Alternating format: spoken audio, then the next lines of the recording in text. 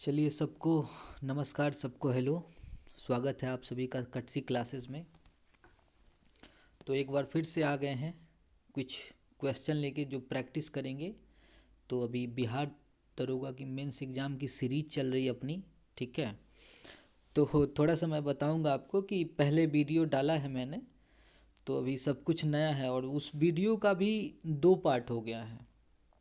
तो गलती से या फिर थोड़ा भी एक्सपीरियंस नहीं है इसका, बिल्कुल ही नया है। वीडियो एडिट करना, डालना, अपलोड करना, रिकॉर्ड करना, तो अभी पूरा परफेक्शन नहीं आया, अभी तो बिल्कुल ही नया है, परफेक्शन क्या, ठीक है। तो हम लोग चलेंगे। तो फिर आज कुछ क्वेश्चन है, चलिए उसको देखते हैं। तो चलिए पहला क्वेश्चन। तो पिछली वीडियो में हमने लगभग 30 क्वेश्चन किया था, आगे चलते हैं हम लोग थोड़ा सा, ठीक है। तो देखते हैं किस मुगल सम्राट के काल में English east India company Bharat में अपना सर्वप्रथम कारखाना स्थापित किया, ठीक है।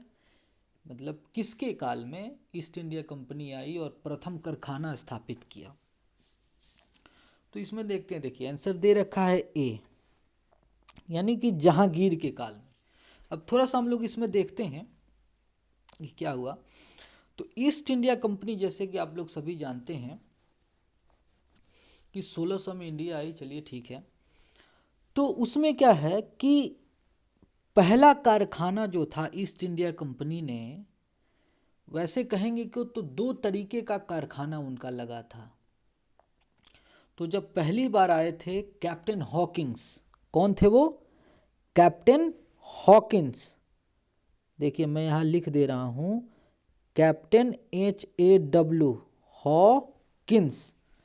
कैप्टन हॉकिंस आए थे, वो गए थे जहांगीर जो थे राजा थे मुगल दरबार में, उनके दरबार में वो गए थे परमिशन मांगने, ठीक है। व्यापार की परमिशन मांगने, फैक्ट्री लगाना था, इसलिए उनको वो परमिशन मांगने गए थे जहांगीर के दरबार में।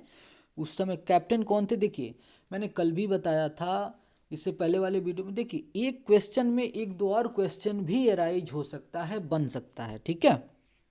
तो उस टाइम जो जब पहली कारखाना पहला जो लगा था ईस्ट इंडिया कंपनी का, उस टाइम पहले कैप्टन कौन थे? तो कैप्टन हॉकिंस, ठीक है, याद रहेगा। तो उस टाइम गए थे वो, तो परमिशन मांगी थी उन्होंने जहांगीर से, ठीक है।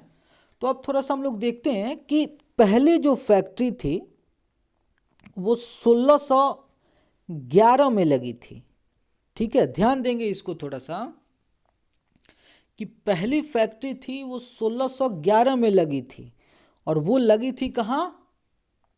मसूलीपट्टनम में। वो कहाँ लगी थी? मसूलीपट्टनम में। अब ये मसूलीपट्टनम किधर है? मैंने कल भी बताया था कि ये जो एक पोर्ट है, उस टाइम का एक पोर्ट है जो आज मतलब आज भी, तो ये पोर्ट किधर पड़ता है आपका? आंध्र प्रदेश में। मसूलीपट्टनम में उन्होंने फैक्ट्री लगाई थी पहली, जो किधर है? आंध्र प्रदेश में। कब लगाई थी? 1611 में। लेकिन ये जो फैक्ट्री उन्होंने लगाई थी ये टेम्पोररी फैक्ट्री थी, ठीक है। उन्होंने परमानेंट फैक्ट्री लगाई थी, सूरत में लगाई थी उन्होंने परमानेंट फैक्ट्री। कब? 1613 में उन्होंने सूरत में फैक्ट्री लगाई थी, परमानेंट फैक्ट्री, ठीक है। तो इसको हम लोग याद रखेंगे कि टेम्पोररी फैक्ट्री लगी थी। पहली फैक्ट्री लगी तो थी लेकिन वो टेम्पोररी थी। कहाँ लगी थी भाई? मछलीपट्टनम में, वो आंध्र प्रदेश में है, लेकिन सूरत में लगी थी 1613 में, वो थी आपकी परमानेंट फैक्ट्री। चलिए आगे बढ़ते हैं। ईस्ट इंडिया कंपनी के निर्माण के समय इंग्लैंड का शासक कौन था भाई? किसके शासन में ये हुआ? तो ये कौन है? एलिजाबेथ। Elizabeth first. देखिए ये फर्स्ट, सेकंड, थर्ड ये सब चलता रहता है, तो ये हम लोगों को ध्यान देना है। हिस्ट्री पढ़ रहे हैं तो इस पे ध्यान देना पड़ेगा, ठीक है। तो क्या हो जाएगा ये? चलिए नेक्स्ट। निम्नलिखित में से सॉरी निम्नलिखित यूरोपीय व्यापारिक कंपनियों में से किसने सूरत में अपना सर्वप्रथम कारखाना स्थापित किया था? सॉरी कारखाना हो गया, ये लटपट हो गया जी, ठीक है। कारखाना स्थापित किया था, तो किसने किया था? तो अंग्रेजों ने किया था भैया, ठीक है। अंग्रेजों ने किया था। अभी हमने देखा था कि अंग्रेजों ने कब किया था, तो देखिए ये 1613 में अंग्रेजों ने 1613 में सूरत में फैक्ट्री स्थापित की थी, जो कि परमानेंट फैक्ट्री थी। अभी हमने डिस्कस किया इस बात को, ठीक है। अब चलिए आगे चलते हैं। अगला, अंग्रेजों ने अपना पहला व्यापारिक केंद्र कहाँ स्थापित किया? ठीक है, अंग्रेजों ने अपना पहला, देखिए ये सेम क्वेश्चन है, लेकिन देखिए सेम है, ये सेम है, आंसर क्वेश्चन क्या है, ये एकदम से सिमिलर है, बस इसको बदल दिया गया है कि सूरत में सर्वप्रथम किसने की थी, तो अंग्रेजों ने की थी। सूरत में सर्वप्रथम देखिए इधर दे रखा है, अंग्रेजों ने की थी, ठीक है। अब यहां उल्टा उसका पूछ दे रहा है कि अंग्रेजों ने पहला व्यापार किधर किया था, तो सूरत में किया था, ठीक है। चलिए अब आगे चलिए, इसका भी आंसर हो जाएगा ये। वर्ष 1613 में अंग्रेजी ईस्ट इंडिया कंपनी में कहाँ एक कारखाना व्यापार स्थल स्थापित करने की अनुमति मिली? कहाँ एक कारखाना, तो आंसर हो जाएगा इसका क्या, आंसर देखिए थोड़ा सा डी हो जाएगा, ये सूरत। समझ गए? वर्ष 1613 की बात हो रही है, आप इसको थोड़ा सा ध्यान देंगे, वर्ष 1613 की बात हो रही है, इसको ध्यान दें, वर्ष 1613 की बात हो रही है, तो ये सूरत हो जाएगा।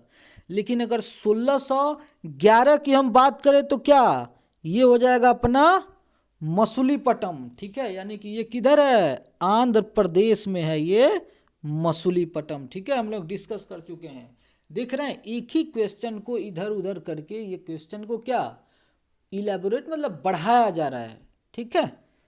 तो इस वही क्या है कि एक क्वेश्चन हम लोग पढ़ेंगे तो ऑटोमेटिक उससे 3-4 क्वेश्चन बन जाते हैं, ठीक है। चलिए अगला हम लोग थोड़ा सा देख लेते हैं।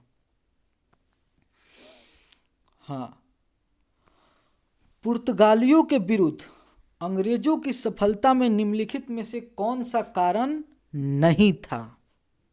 ठीक है, निम्नलिखित में से कौन सा कारण नहीं था पुर्तगालियों के विरुद्ध, यानी कि अंग्रेज जो सफल हुए उसका प्रमुख कारण कौन कौन था, जो बच गया वो नहीं था, सीधी सी बात है, कौन नहीं था, देखिए, ठीक है। पुर्तगालियों के घटते संसाधन, ठीक है, इस पे गौर फरमाइएगा, इस पॉइंट पे, पुर्तगालियों के घटते संसाधन। ये वैसे भी क्या है कि मान लीजिए दो के बीच में अभी क्या है कि राइवलरी चल रही है, ठीक है, युद्ध चल रहा है पावर को लेके, सत्ता को लेके, ठीक है। तो उसमें क्या है कि सबसे बड़ी भूमिका जो होती है वो फंड की होती है। मैंने कल भी बोला था, जब हम लोग पढ़ रहे थे ना, वांडीवास का युद्ध पढ़ रहे थे, कर्नाटक का युद्ध पढ़ रहे थे, तो मैंने क्या बोला कि कर्नाटक के युद्ध में क्या हो गया था, कर्नाटक के युद्ध में हुआ क्या था कि कर्नाटक के युद्ध में फ्रांस का टोटल फंड खत्म हो गया था, उनको एकदम से सरेंडर करना पड़ा, छोड़ना पड़ा। चलिए, तो पहला क्या हो जाएगा अपना, पुर्तगाली के घटते संसाधन, भारत में पुर्तगालियों की बढ़ती अलोकप्रियता। चलिए, कि ये भी फैक्टर है, याद कीजिएगा, इसको ध्यान दीजिएगा, एक फैक्टर ये भी है, ठीक है। उसके बाद क्या हो जाएगा, अंग्रेजों की नाविक शक्ति, मुगलों और अंग्रेजों के बीच पारंपरिक संबंध। तो ये कौन सा नहीं है, ये देखिए, ये तो सीधी सी देखने से पता चल रहा है। ऐसा तो नहीं है कि भाई मुगल और अंग्रेजों में कोई रिश्तेदारी थी, पता लग रहा है कि लो मुगल गोतिया के थे, अंग्रेज के गोतिया में तो नहीं लगते थे ना अंग्रेज के, ठीक है, गोतिया में वो लगते नहीं थे, तो ऐसा कोई संबंध उम्बंध नहीं था। पहली बार ईस्ट इंडिया कंपनी आई थी तब जहांगीर था, और कैप्टन कौन था, याद कीजिए, कैप्टन हॉकिंस। तो हॉकिंस तो ऐसा तो नहीं था कि भैया गोतिया में लग रहा था जहांगीर के, ठीक है। तो ये तीनों सही रहेगा, नाविक शक्ति, फंड का मौजूद ना होना, अलोकप्रियता फैलना, ये सब कुछ रहेगा। तो आंसर इसका क्या हो जाएगा, डी।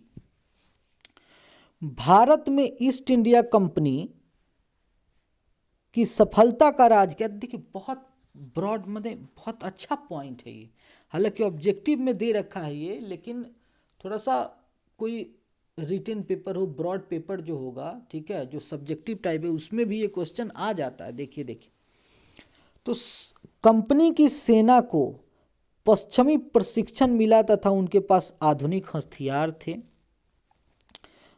ये भी सही है, सब कुछ था उनके पास भाई। राष्ट्रीयता की भावना की कमी, यही तो सबसे बड़ी प्रॉब्लम है। मतलब एक तरीके से हम लोग देखें तो ये सबसे बड़ा फैक्टर है कि भारत में क्या था, राष्ट्रीय भावना की कमी थी। नेशनलिज्म, जो नेशनलिज्म क्या है, एक फीलिंग है, एक रिगार्ड है कंट्री के लिए, एक रिस्पेक्ट है, जो कि किसी में नहीं थी, मतलब यूनिटी नहीं थी। हम लोग तभी तो इन्होंने क्या किया कि इनकी जो पॉलिसी तो जो चली थी डिवाइड एंड रूल की, डिवाइड एंड रूल की जो पॉलिसी चली थी वो क्यों लागू हो गई, क्यों काम कर गई वो पॉलिसी, क्यों? क्योंकि हम एक नहीं थे, राष्ट्रीय भावना नहीं थी, नेशनलिज्म की फीलिंग नहीं थी इंडिया में। ठीक है, अब चलिए नेक्स्ट। भारतीय सैनिकों में राष्ट्रीय भावना का अभाव था। ठीक है, जिसके फलस्वरूप कोई भी उन्हें अच्छा वेतन दे आपकी सेवा में लगा सकता था। ये देखिए ऐसा हुआ भी है ना। तो इसका आंसर क्या हो जाएगा, डी, यानी कि सभी है, बिल्कुल सही। चलिए नेक्स्ट, अगला प्रश्न, निम्नलिखित में से जिस एक शासक ने ईस्ट इंडिया कंपनी को दीवानी प्रदान की थी वह था, याद कीजिएगा, क्या प्रदान की थी भाई, दीवानी प्रदान की थी। किसने, किसी एक शासक ने, किसको, ईस्ट इंडिया कंपनी को। तो किसने प्रदान की थी, तो भैया शाह आलम द्वितीय। ठीक है, शाह आलम द्वितीय ने दीवानी प्रदान की थी। अब थोड़ा सा हम लोग जानेंगे कि दीवानी क्या है ना, थोड़ा सा हम लोग जानेंगे कि दीवानी एक्चुअली है क्या। आंसर तो हमें मिल गया कि हाँ भाई शाह आलम सेकंड द्वितीय ने दिया था, लेकिन देखिए दीवानी क्या है। दीवानी है मतलब राइट टू कलेक्ट टैक्सेस। दीवानी क्या है कि टैक्स को कलेक्ट करना। दीवानी क्या है, टैक्सेस को कलेक्ट करना, जो भी टैक्स है उसको कलेक्ट करना। ठीक है, ऑन बिहाफ ऑफ किंग, जो भी आप कह सकते हैं। तो इसी को दीवानी, यानी कि टैक्स कलेक्ट करने का जो अधिकार है, कर इकट्ठा करने का, उसी को हम लोग दीवानी कहते हैं। ठीक है, तो ये जो दीवानी थी वो ईस्ट इंडिया कंपनी को कब दी गई थी, इसको भी हम लोग देखते चलते हैं। ये दीवानी कब दी गई थी, देखिए थोड़ा सा मैं ऊपर लिख दे रहा हूँ, 1765 में। इधर ध्यान दीजिएगा, इसको लिखते चलिएगा, देखिए कॉपी कलम लेके रखिए, है ना, फटाफट थोड़ा चलते चलिए, जब हो जाए थोड़ा सा स्क्रीनशॉट लेते चलिए, है ना। और जो एक्स्ट्रा क्वेश्चन बन रहा है उसको लिखते चलिए। जैसे क्या कि दीवानी जो ग्रांट हुई थी ईस्ट इंडिया कंपनी को, वो कब हुई थी, तो 1765 में हुई थी। कब हुई थी, 1765 में हुई थी। या कहाँ कहाँ का दिया था उन्होंने दीवानी उनको, तो उन्होंने दिया था, देखिए क्या कहाँ का, ऊपर में मैं लिख दे रहा हूँ, बिहार। ठीक है, बिहार का उन्होंने दिया था, बंगाल का दिया था, बिहार बंगाल।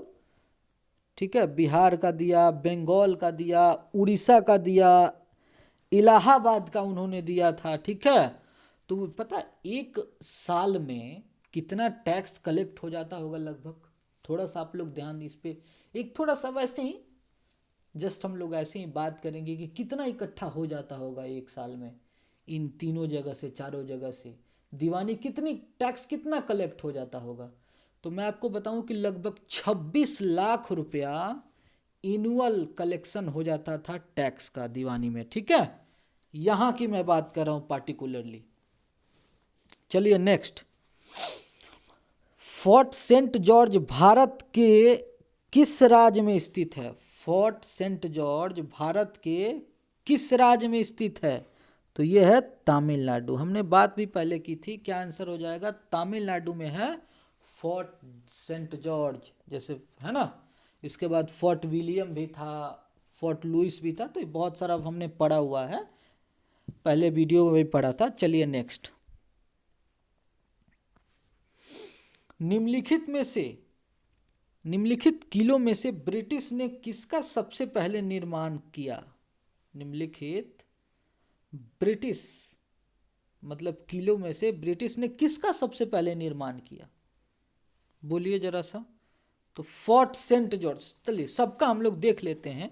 ठीक है, सबसे पहले फोर्ट सेंट जॉर्ज में किया था, उसका निर्माण कराया था। तो कब कब हुआ था थोड़ा सा निर्माण, हम लोग इसको थोड़ा सा देख लेते हैं कि ब्रिटिश ने कब किया था ये। चलिए, तो फोर्ट सेंट जॉर्ज इसका कब हुआ था, ये हम लोग थोड़ा सा देख लेते हैं कि फोर्ट सेंट जॉर्ज का तो ये हो गया था देखिए आपका 1639 में। ठीक है, 1639 में इसका निर्माण हुआ था फोर्ट सेंट जॉर्ज का। अच्छा, फोर्ट विलियम का कब हुआ था भाई? फोर्ट विलियम का देखिए हो गया था 1698 में। ठीक है, 1698 में फोर्ट विलियम का निर्माण हुआ था। ठीक है, इसको लिखते चलिए, इंग्लिश हिंदी सब एक ही बात है। Fort William was built in 1698, Fort Saint George was built in 1639, है ना। अच्छा, फोर्ट सेंट डेविड कब हुआ था भाई? फोर्ट सेंट डेविड तो ये हो गया था आपका 1690 में, समझ गए। फोर्ट सेंट डेविड कब हो गया था? 1690 में। ठीक है, अब एगो क्या बच गया? Fort Saint Angelo. ये देखिए, फोर्ट सेंट एंजेलो, देखिए जरा सा कि फोर्ट सेंट एंजेलो ये कब हुआ था? तो फोर्ट सेंट एंजेलो हो गया था आपका, ये तो 1505 में ही हो गया था। ठीक है, फोर्ट सेंट एंजेलो क्या था? 1505 में ही हो गया था, समझ गए। अब देखिए सवाल, देखिए फोर्ट सेंट एंजेलो, तो इसको थोड़ा सा हम लोग तीर ऊपर लेके आते हैं, जगह कम है। 1505 में हो गया था, है ना, लेकिन अपना आंसर 1639 हो जा रहा है, ऐसा क्यों?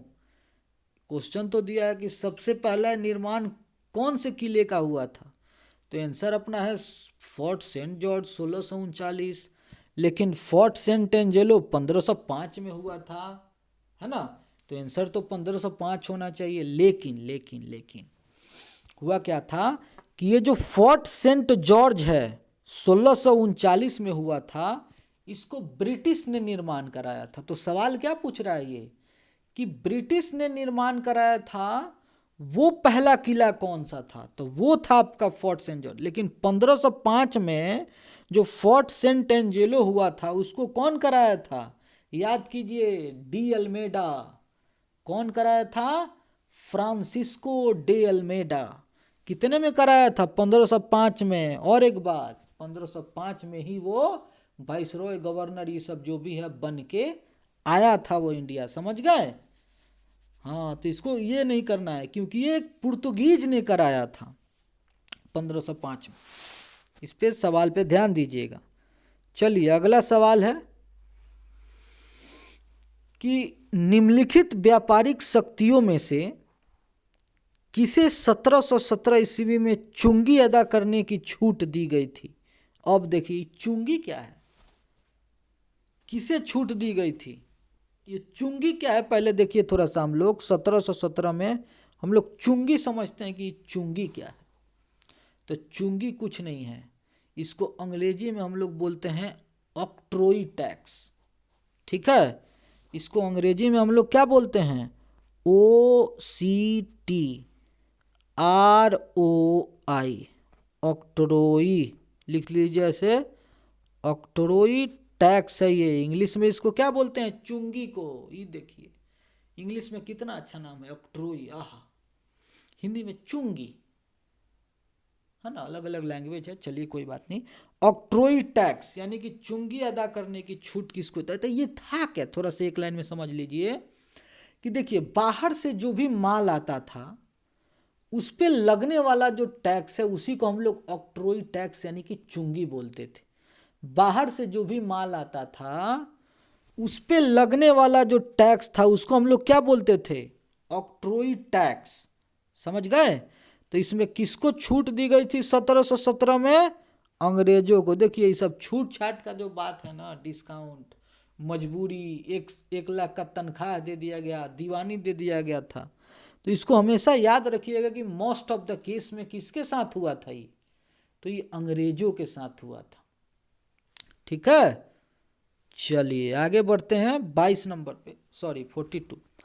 तो ईस्ट इंडिया कंपनी को सबसे पहले किसने सामान्य सीमा शुल्क के बदले 3000 रुपए सालाना अदा करने की छूट दी थी? अभी देखिए, तो इसमें देखिए राजकुमार सूजा ने। ठीक है, तो आंसर भी वही है, ऐसे राजकुमार सूजा ही है, लेकिन थोड़ा सा ऑप्शन हम लोग और देख लेंगे। सम्राट जहांगीर, सम्राट फारूक सैयद, राजकुमार अली गौहर, है ना। लेकिन आंसर इसका सूजा ही है। समझ गए, आंसर क्या है इसका? तो आंसर भाई इसका सूजा है। ठीक है। अब ये राजकुमार सूजा कौन था, थोड़ा सा हम लोग देख लेते हैं। क्या किया था ये कि समान शुल्क के बदले 3,000 रुपये सालाना अदा करने की चीज। देखिए का 3,000 रुपया मत लो भाई, 3,000 रुपया लेके क्या करोगे? ये छूट दी थी, नहीं लोग फ्री में काम करते, इतना डर भय हो गया था इनको। तो देखिए राजकुमार सूजा यानी कि प्रिंस शाह सूजा, इसका नाम क्या था? शाह सूजा। देखिए इसका नाम था शाह, SHAS, शाह सूजा। ठीक है, प्रिंस शाह सूजा। देखिए प्रिंस इसके साथ में ये लगा है, राजा क्यों नहीं लगा, शासक सम्राट ऐसा क्यों नहीं लगा? क्योंकि राजा उजा नहीं था भैया, ये प्रिंसे पे रह गए। ठीक है, समझ गए। तो प्रिंस भी इनको क्यों बोला गया, राजा क्यों नहीं बोला गया? क्योंकि ये बेटे थे किसके? मुगल एम्परर शाहजहां के। समझ गए, मुगल एम्परर जो शाहजहां थे उन्हीं का ये लड़का था। कौन? राजकुमार सूजा। लेकिन शाहजहां के बाद राजा कौन बना था? ये बना था, राजकुमार सूजा नहीं बना था। तो इसीलिए प्रिंस इसके सामने लगा, नाम के आगे लगा, क्योंकि ये राजा का बेटा था। ठीक है, और राजा क्यों नहीं नाम में लगा? क्योंकि ये राजा बना नहीं, सीधी सी बात है ना। तो ये क्या था? सूबेदार था बंगाल का, यानी कि बंगाल को इसको क्या था? सूबेदार बनाया गया था, है ना। गवर्नर भैया, गवर्नर जियो, गवर्नर था ये। ठीक है, बंगाल का ये गवर्नर था। इसी ने ये 3,000 रुपया वाला कॉन्सेप्ट लाया था, इसी ने छूट दी थी। चलिए अब थोड़ा सा आगे हम लोग चल लेते हैं, है ना। चलिए, निम्नलिखित में से कौन से स्थान पे ईस्ट इंडिया कंपनी के शासनकाल में प्रमुख, क्या था ये, प्रमुख औद्योगिक केंद्र नहीं थे?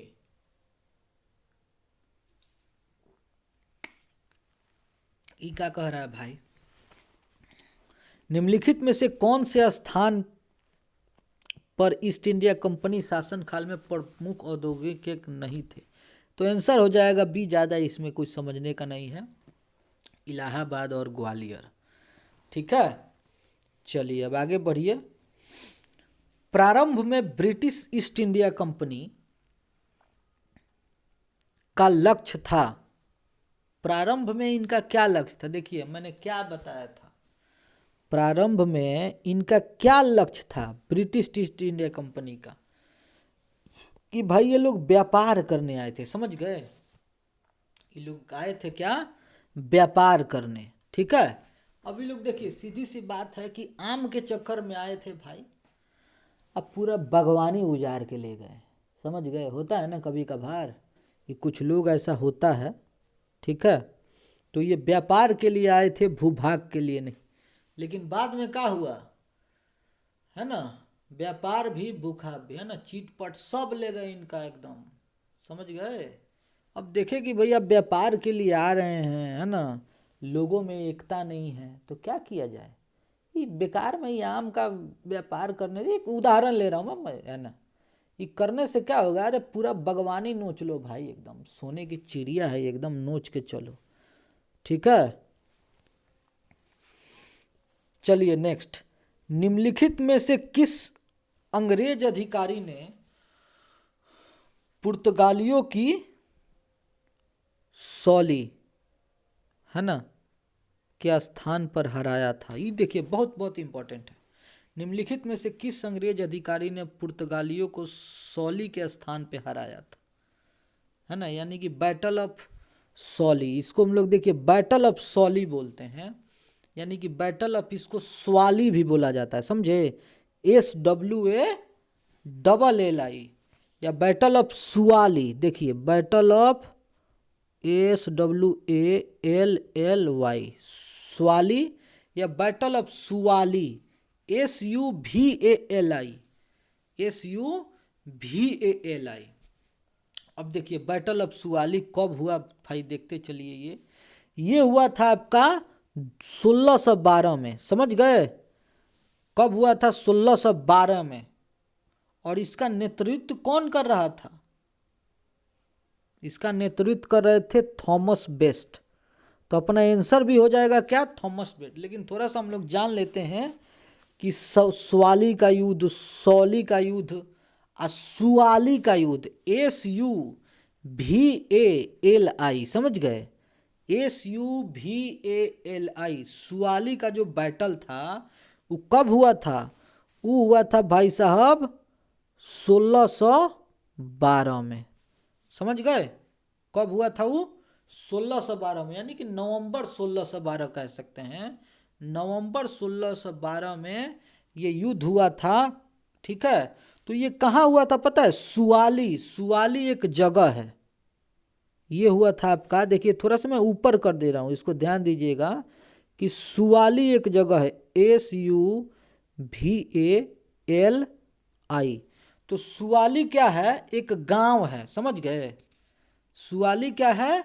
एक गांव है जो सूरत के पास है। तो इसी पे ये देखिए बहुत सारा युद्ध हुआ है, जो जहां हुआ है उसी के नाम पे बैटल हो गया। पानीपत, हल्दीघाटी, मैक्सिमम तो यही है। तो सुआली भी क्या है? एक गांव है जो सूरत के पास है। तो बैटल ऑफ, देखिए सौली भी बोलते हैं, बैटल ऑफ स्वाली भी बोलते हैं, बैटल ऑफ सुआली भी बोलते हैं। तीनों बैटल एक ही है, तो कंफ्यूज आपको नहीं होना है। कब हुआ था भाई? तो 1612 में हुआ था। कौन था उस टाइम? देखिए अंग्रेज अधिकारी, तो थॉमस बेस्ट, ठीक है। उस टाइम कौन था? थॉमस बेस्ट, समझ गए जी। तो देखिए किसके किसके बीच हुआ था? तो ये तो एक तो अंग्रेज आपको दिख रहा है, दूसरे थे पुर्तगीज, ठीक है। एक अंग्रेज दिख रहा है, दूसरे थे पुर्तगीज। या देखिए ये क्या था कि एक तरीके का समुद्री युद्ध था, समझ गए? ये एक तरीके का समुद्री युद्ध था जी, इसको ध्यान दीजिएगा। ये एक तरीके का समुद्री युद्ध था। चलिए अब आगे हम लोग चलते हैं। तो याद रखिएगा बैटल ऑफ सुआली, सुवाली और सावली, सब एक के है ना। चलिए, सूरत में अंग्रेजों को 1613 ईस्वी में कारखाना लगाने का प्रमाण जहांगीर ने किस कारण से जारी किया? ये देखिए, पुर्तगालियों को भगाने के लिए अंग्रेजों द्वारा मुगल शासक को नौसैनिक सहायता के लिए गुप्त प्रस्ताव का कारण, अंग्रेजों और पुर्तगालियों के बीच समझौता। ऐसा तो कुछ था नहीं, देखिए समझौता ऐसा कुछ नहीं था। भगाने के लिए अंग्रेजों द्वारा मुगल सैनिकों को नौसैनिक, की भी थोड़ा सा डाउट है। चलिए, नूरजहां को मिली बड़ी घूस के कारण। ये क्या है? ये कोई फैक्टर है जी? नूरजहां को मिली, आपको पता भी होगा, ठीक है, कि जहांगीर क्या था कि एक बोलते हैं ना परफेक्ट किंग नहीं था, ठीक है। वो भी प्रेम के मारे थे भाई, अनार उनार कली के चक्कर में वो भी प्रेम के मारे थे। तो इनकी शादी जब हुई थी नूरजहां से, ठीक है, तो नूरजहां क्या था कि एक बहुत ही अच्छी शासिका थी, जिसको हम लोग कहते हैं, है ना, जो शासन चलाना, उसको वो स्किल था उसमें कि वो राज्य चला सके, ठीक है। तो वो क्या था, उसमें वो स्किल था और वो चलाती थी। ये बेचारे ऐसे ही चुपचाप बैठे रहते थे, कोनो काम के नहीं थे। चलिए, तो आंसर इसका देखिए हो जाएगा डी, समझ गए? अंग्रेजों द्वारा पुर्तगाली के बेड़े को पराजित किए जाने के कारण, अंग्रेजों द्वारा पुर्तगाली बेड़े को पराजित किए के कारण, ठीक है। चलिए आगे चलते हैं। नेक्स्ट, कि ब्रिटिश ईस्ट इंडिया कंपनी में बंबई किससे लिया था? ये देखिए बड़ा अच्छा ही तो स्टोरी आ गया जी, कि ब्रिटिश ईस्ट इंडिया कंपनी ने बंबई किससे लिया था? तो लिया था ही पुर्तगालियों से। ब्रिटिश ईस्ट इंडिया कंपनी ने बंबई किससे लिया था? तो पुर्तगालियों से लिया था, समझ गए? इसको बड़ा अच्छा स्टोरी है, है ना। अभी देखिए इधर इधर भी एक क्वेश्चन है, उसमें थोड़ा सा समझ लेंगे इनको, कि पुर्तगालियों द्वारा अंग्रेजों को बंबई सौंपे जाने का अवसर क्या था। तो इसका देखिए यही आंसर हो जाएगा, ठीक है। अब इसको थोड़ा सा हम लोग देख लेते हैं। देखिए मैंने बॉम्बे कहाँ है, बॉम्बे जो आजकल मुंबई है वो कहाँ है, भारत में है, ठीक है। तो ना बॉम्बे के जो लोग हैं या फिर जो भी भारत है उसका क्या था कि ना पुर्तगालिया गोत जो भी पुर्तगाली थे वो भी ना गोतिया में लगते थे और ना अंग्रेज गोतिया में लगते थे बॉम्बे का, ठीक है। अब कोई रिश्ता नहीं था, फिर भी देखिए इनका क्या है, ऐसा लग रहा था एकदम कि चाचा इनके लिखवा के गए हैं, समझ गए। ऐसा इनका लगा, मन किया एकदम, इधर से पता चला अरे पुर्तगाली, अब ये क्या है इनके मन, किनका ही था ये बताइए, कि बॉम्बे नाम कर दे। अरे भाई आपका बॉम्बे है, अरे आए कहाँ से, आके यहाँ रहे, खाए पिए, थोड़ा झगड़ा झंझट किए, बस गए। देखिए दहेजा दहेजी चलने लगा, समझ गए। तो पुर्तगाली जो राजकुमारी थी ब्रेगांजा कैथलीन, कैथरीन से किसका शादी हुआ था, चार्ल्स द्वितीय का विवाह, तो ये दहेज में दे दिया गया था। ये देखिए मैंने क्या बोले, मुंह से अभी निकल रहा है, दहेज में दे दिया गया था। मैंने बताइए किसका जगह है ना, इन दोनों में से कुछ था इनका लेने देना बॉम्बे से, कौन आया एकदम से दहेज में दे दिया गया था किसको, चार्ल्स द्वितीय को। खैर चलिए, तो चार्ल्स द्वितीय के थोड़ा बारे में जान लीजिए कि चार्ल्स द्वितीय क्या थे। यानी कि चार्ल्स द्वितीय राजा थे किसके, स्कॉटलैंड के, ठीक है। तो वो राजा रहे, देखिए उसमें भी थोड़ा सा है कि वो इंग्लैंड के भी राजा थे, लेकिन स्कॉटलैंड के राजा थे 1649 से लेके, समझ गए, 1649 से लेके कब 1651 तक, है ना। 1649 से 1651 तक वो स्कॉटलैंड में अपना थे। 1660 से 1685 में स्कॉटलैंड हो गया, इंग्लैंड हो गया, आयरलैंड हो गया, इन सब का राजा भैया वो बन गए। तो इन लोग की शादी कब हुई थी अब देख लीजिए भी भैया, है ना। इतना बड़ा बॉम्बे को दहेज में दे दिया गया, तो कब हुई थी वो डेट होना चाहिए, सालगिरह याद होना चाहिए। थोड़ा सा जोड़िएगा आप लोग भी, ये कौन सा सालगिरह ही चल रहा है इन लोगों का, है ना, शादी का। बॉम्बे को दहेज में जब दिया गया था 1662 में इनकी शादी हुई थी, ठीक है, इसको याद रखिएगा। चलिए आगे चलिए। बेदरा के युद्ध में अंग्रेजों ने किसकी शक्ति को कुचल डाला, तो डच। आंसर क्या हो जाएगा इसका, डच। बेदरा के युद्ध में अंग्रेजों ने किसकी शक्ति को कुचल डाला, तो डच की शक्ति को कुचल डाला। तो बैटल अब देखिए बेदरा, अब इसका भी बहुत नाम है भाई, ये जो बेदरा है, बैटल ऑफ बेदरा इसको बोलते हैं, बैटल ऑफ चिंसूरा भी बोलते हैं इसको, ठीक है। चिंसूरा जो बंगाल में है, याद कीजिए, जहाँ पे फैक्ट्री लगाया था पुर्तगीज लोग, याद आया, इससे पहले हम लोग क्वेश्चन कर चुके हैं। तो चिंसूरा, इसको बैटल ऑफ चिंसूरा भी बोलते हैं, है ना। और बैटल ऑफ बंदेरा बेदरा भी बोलते हैं, और बैटल ऑफ हुगली भी बोलते हैं, समझ गए। बैटल ऑफ हुगली भी बोलते हैं इसको, ठीक है। तो ये कब हुआ था देखते चलिए इसको भी, 1759 में, ठीक है। ये battle of Bidera, battle of Chinsura, battle of Hooghly सब एक ही है। कब हुआ था, 1759 में, याद रखिएगा 1759 में हुआ था। किसके किसके बीच हुआ था, तो ब्रिटिश ईस्ट इंडिया कंपनी और डच के बीच में हुआ था, और अंग्रेज के बीच में हुआ था, समझ गए। अच्छा अच्छा, इस युद्ध का देखिए क्या कारण था, बड़ा इंटरेस्टिंग कारण भी है, थोड़ा सा वो भी जान लीजिए।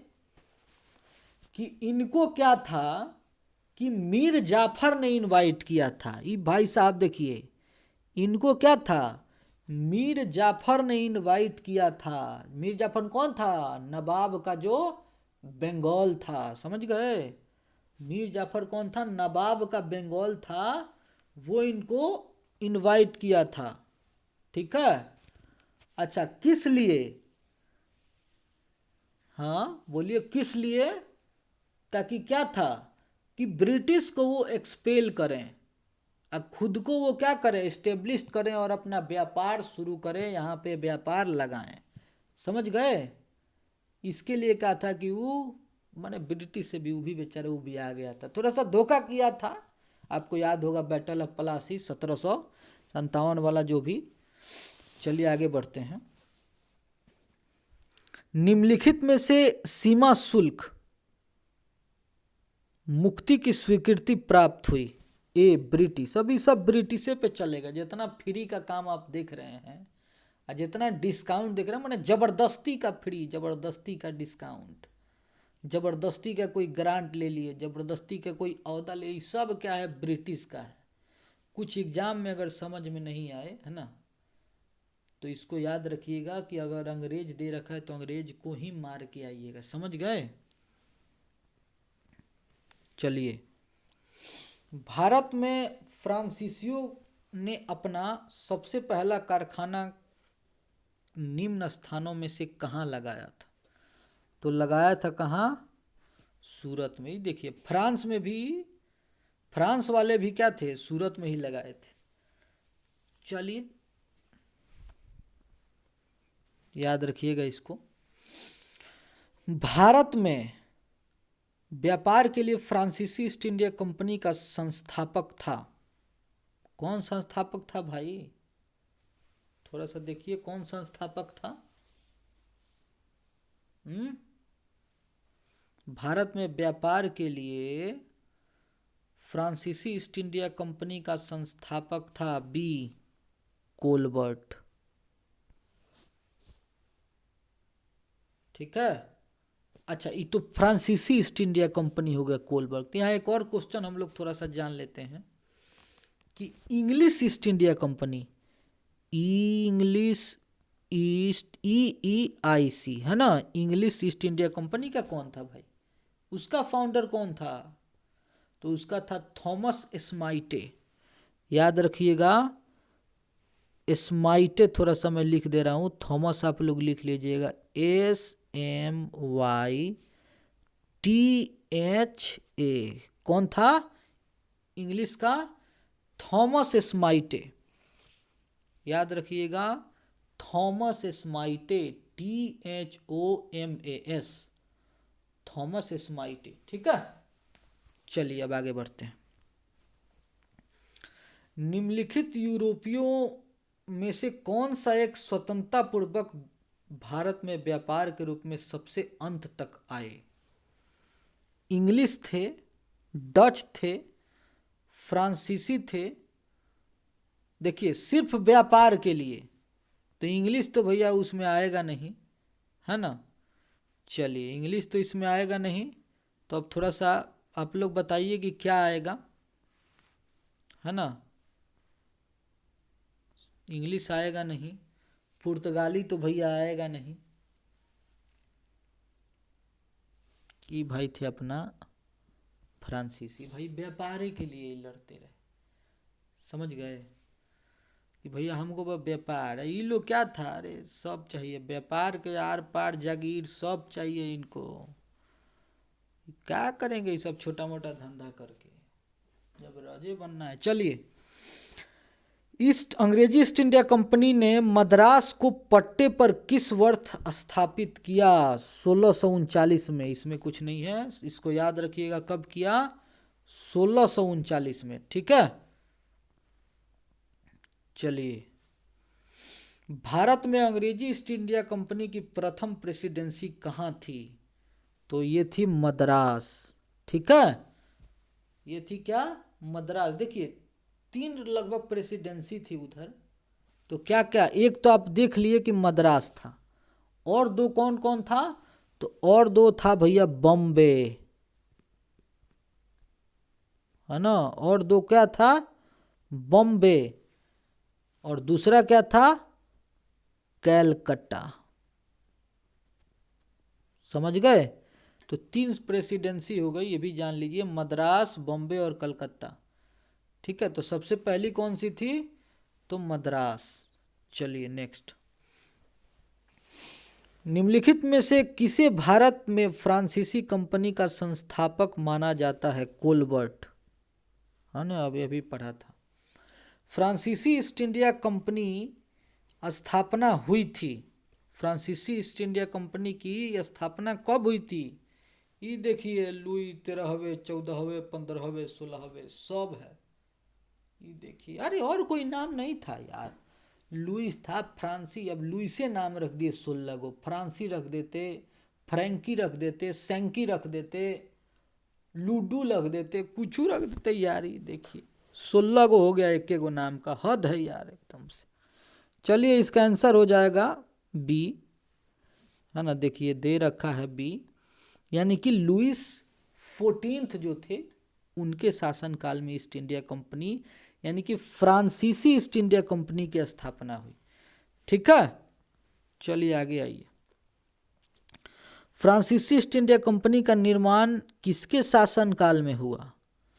तो लुइस 14वां, अभी हमने जो पढ़ा। ठीक है, नेक्स्ट। फ्रांसीसी दक्कन में शक्ति स्थापित करने में असफल रहे क्योंकि अंग्रेजों की फौज शक्तिशाली थी, ड्यूप्लेस सक्षम, देखिए ड्यूप्लेस सक्षम ऐसा नहीं है, बहुत कोशिश की है, देखिए भारतीय लोग फ्रांसीसियों को, ऐसा भी कुछ नहीं था, थोड़ा सा पुर्तगाली से नाराज थे ये लोग।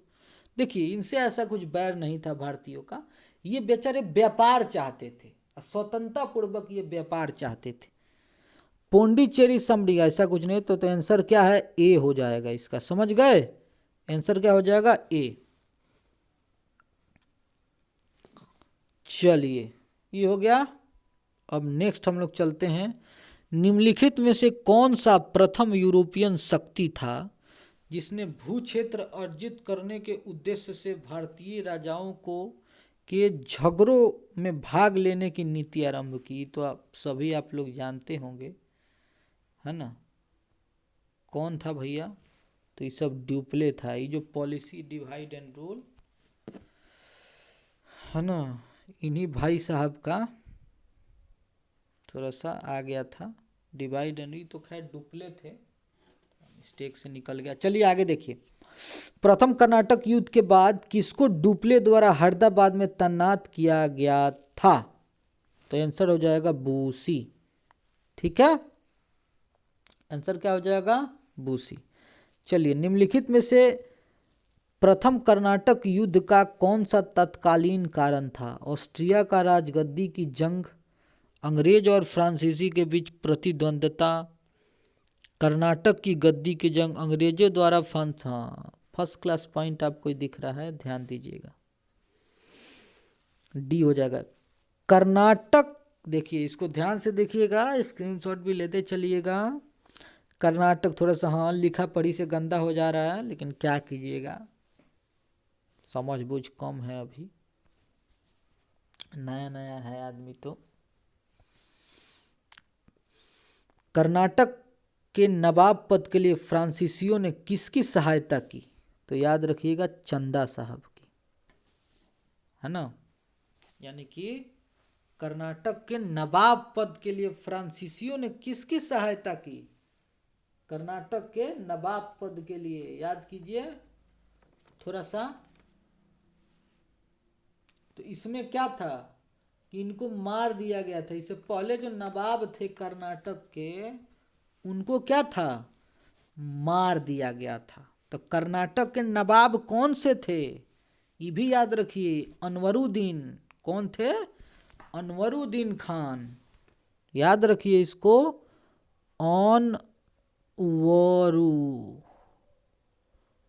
अनवरुद्दीन। ठीक है, चलिए आगे चलिए। ला बुर्देने इस स्थान का गवर्नर था, किसका गवर्नर था? इनमें से कोई नहीं। अब देखिए, न पोंडिचेरी, न मद्रास, न मॉरिशस, ये देखिए किसी का गवर्नर नहीं था। ठीक है, तो ये क्या था भाई? कौन था ये, कुछ तो होगा ना। तो देखिए क्या था, दो, हाँ लाभ, ये क्या था, एक नवल कमांडर था, समझ गए, नवल कमांडर था ये, नेवी में क्या था ये, कमांडर था। कार्नेटिक वार जब चल रहा था उस टाइम ये नवल कमांडर था। किधर का, फ्रेंच के तरफ से, है ना, यानी कि फ्रांस के तरफ से ही बेचारा नवल कमांडर था। इसके बारे में भी थोड़ा जान लीजिए, कब से कब रहा, 1699 से 1753। ये देखिए 1699 से 1753, कब तक, 1753, 1699 से 1753। चलिए next, French east India company की स्थापना इस साल हुई, माने कब हुई, तो ये हो गई कब, 1664 में। ईस्ट इंडिया कंपनी इंग्लिश से वाली कब थी, तो 1600 में ही हुई थी। वांडी वास का युद्ध इन दोनों के बीच लड़ा गया था, याद कीजिए, हम लोगों ने पढ़ा है कि कब लड़ा गया था वो, तो लड़ा गया था वो फ्रांसीसी और अंग्रेजों के बीच, जिसका परिणाम क्या निकला था कि फ्रांसीसी जो थे वो हार गए थे। हार क्या गए थे, इस युद्ध के बाद पत्ता साफ हो गया था उनका, उनके पास बिल्कुल ही फंड नहीं बचा था कि आर्मी मेंटेन करें, हथियार मेंटेन करें और फिर से युद्ध करें। तो सारा कुछ इस हार के बाद, जो भी कर्नाटक जो था, ये जो जगह था कर्नाटक, यहाँ से सब कुछ उनको खोना पड़ा था, जो भी अधिकार था। ठीक है, तो चलिए आज के लिए इतना ही। तो प्रयास रहेगा कि मैं डेली एक कुछ क्वेश्चन लेके आऊँ, थोड़ा सा हम लोग प्रैक्टिस करें इसके लिए। ठीक है, ऐसा नहीं है कि ये सिर्फ बिहार दरोगा मेंस के लिए है, लेकिन ये भी एग्ज़ाम है, फोकस है, बीपीएससी का भी एग्ज़ाम है, तो इन दोनों के लिए बहुत इम्पोर्टेंट है। तो आप लोग इसको देखें थोड़ा सा, है ना, और कॉपी कलम लेके बैठें। ठीक है, तो चलिए ठीक है, धीरे धीरे अभी सब कुछ नया है मेरे लिए, तो धीरे धीरे मेरा भी एक्सपीरियंस हो जाएगा, है ना। तो आप लोगों से कोऑपरेशन की उम्मीद है मुझे। आई होप कि आप लोग समझेंगे कि नया नया में होता क्या है, कुछ नहीं बुझाता है और क्या। चलिए ठीक है, चलते हैं, चलिए बाय बाय।